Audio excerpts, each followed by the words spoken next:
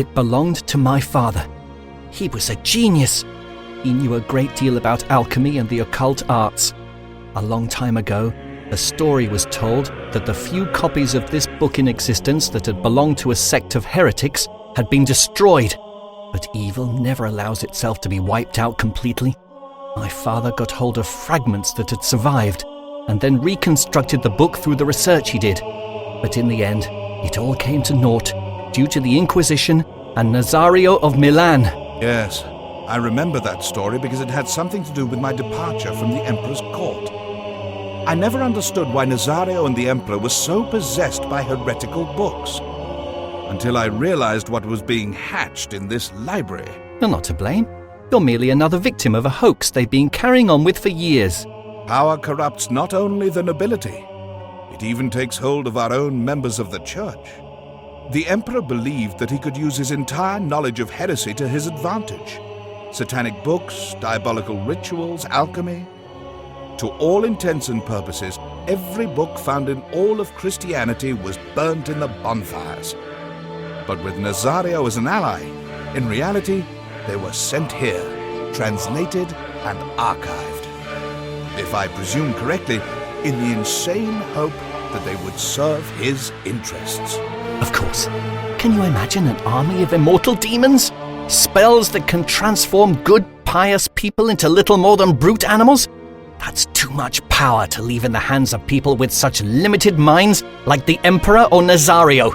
It's the right of the gifted, like me. We have the right to make use of them. No one has the right to commit abominable deeds like the ones which have occurred here over the last few days. Would it give you some kind of satisfaction to tell me my sins to my face? Wasn't Gottfried aware that you intended to take his place? That mentally retarded oaf? A fool like him should never have been allowed to become assistant librarian in the first place.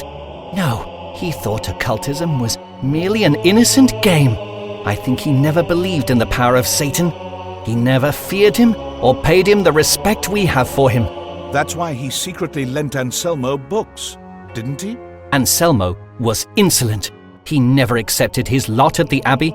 He was preoccupied with constantly improving himself and getting ahead, nothing else. That's why he was punished, and despite his experience as a copyist, he was demoted to gatekeeper. There is something almost comical about giving all the keys to the Abbey, in other words, those that enable you to leave the edificium and enter the library too, to the one person who had the most interest in the library's secrets. Apart from you, of course. Yes, of course. I've had my eyes on those books since I arrived here. Did they really think I wouldn't notice what's going on here? That I wouldn't associate the sounds at night in the edificium with the rumors of phantasmagoric apparitions in the library? And you blackmailed Gottfried with accusing him in front of the abbot if he refused to give you the books. Yes, he let me leaf through some ancient manuscripts in which the architects of the Abbey illustrated how to move around in the secret passages. Learning that brought me enormous satisfaction. Even though Gottfried was too much of a coward to allow me access to the upper floors, I was able to study the secret index, and he brought me any volume I desired into the scriptorium.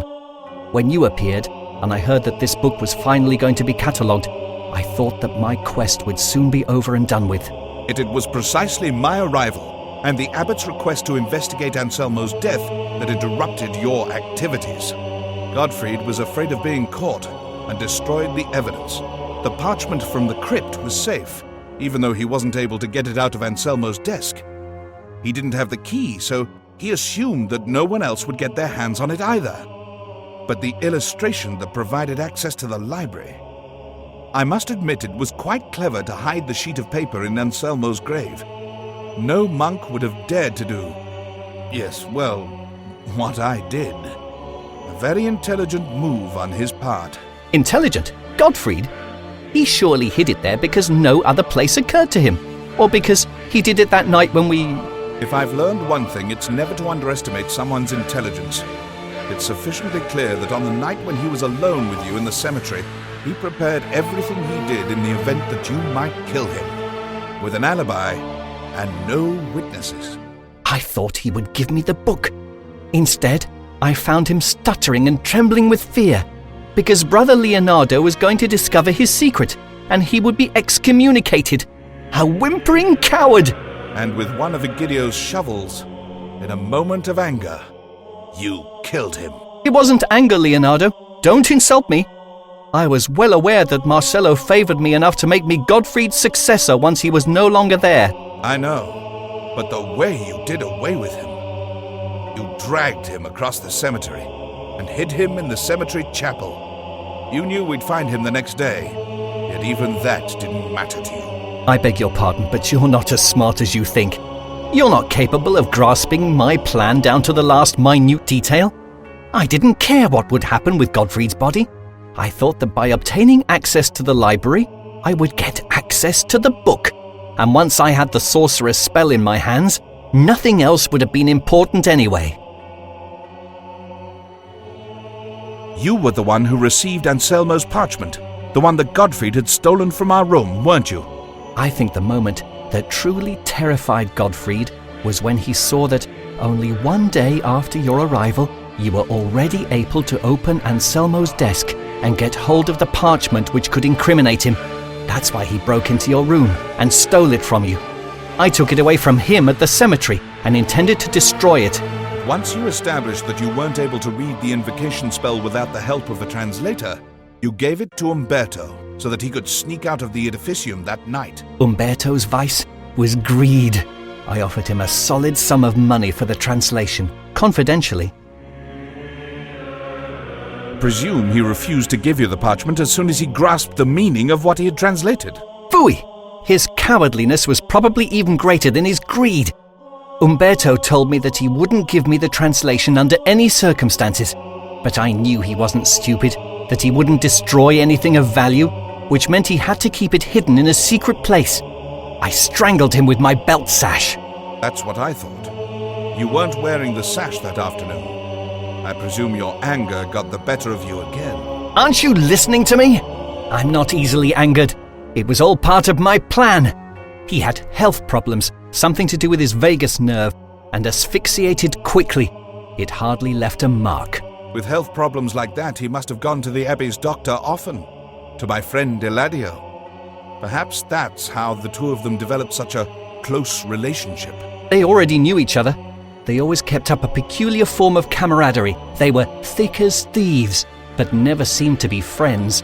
When Nazario told me of his past at the tribunal, I realized that the translation would be there, in the hospital.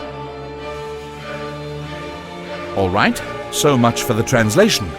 What about the book? I searched Umberto's workplace with a fine-toothed comb, but there wasn't much time. I didn't find the translation there, so I went away with the book in my hand. Marcello saw me. That left me with no other choice than to hide it. I mixed it in with the other tomes on my desk, then went up to the library to give them all back. The book would be safe there until nightfall. I see. Because you needed the book too. The translation alone wasn't enough. I can't imagine that Umberto hadn't copied Saturn's pentagram, a necessary part of the invocation. Umberto was a translator, not a copyist. It was easier to use the drawing from the book and read the translation from Umberto's parchment out loud. That's why I went to the library that night, to get the book again. Yet you were so impatient to see if the drawing would do what it's supposed to do, that you had to try it out in the library right away? What kind of sense does that make? Why not? Was there a better place? No one could see me, except perhaps some monk who had to go out at night because he had fallen ill. Otherwise, no one could go up there and come into the library. Aha! But you hadn't reckoned with Bruno and me. You were so beside yourself when you heard us that you tore the page with the pentagram out of the book and fled. You left everything else behind the way it was, including the book. I see it gives you great satisfaction to interfere with my plans. It looks like my interference bothered you enough for you to make a mistake. What? Once we found the pentagram in the library, I knew it was you. Only 2 brothers had access to those rooms at the time, and only one of them, to put it in a nutshell, displayed a great interest in occultism. Aha! In other words, it couldn't have been anyone else who had the key. You, for example. It could have been, but when Nazario accused me at the tribunal and found the tarot card, you couldn't stop yourself from pouring more oil into the flames in order to get me out of the way and get your hands on the translation again. You had to open your mouth. You called out that the picture on the card was similar to the drawing in the library. But at that point in time, you wouldn't have been permitted to have any more access to the library, because the Inquisition had forbidden it. But You didn't give it any thought. It was impulsive, and it was a mistake. Don't make me laugh. A plan? Splitting open someone's head who could help you to get what you wanted? To suddenly throttle the only one who could translate what you had waited for years? Nazario was right, and I couldn't see it at the time. We mustn't look for a methodical killer here. We're looking for a quick-tempered demon who is taking his place.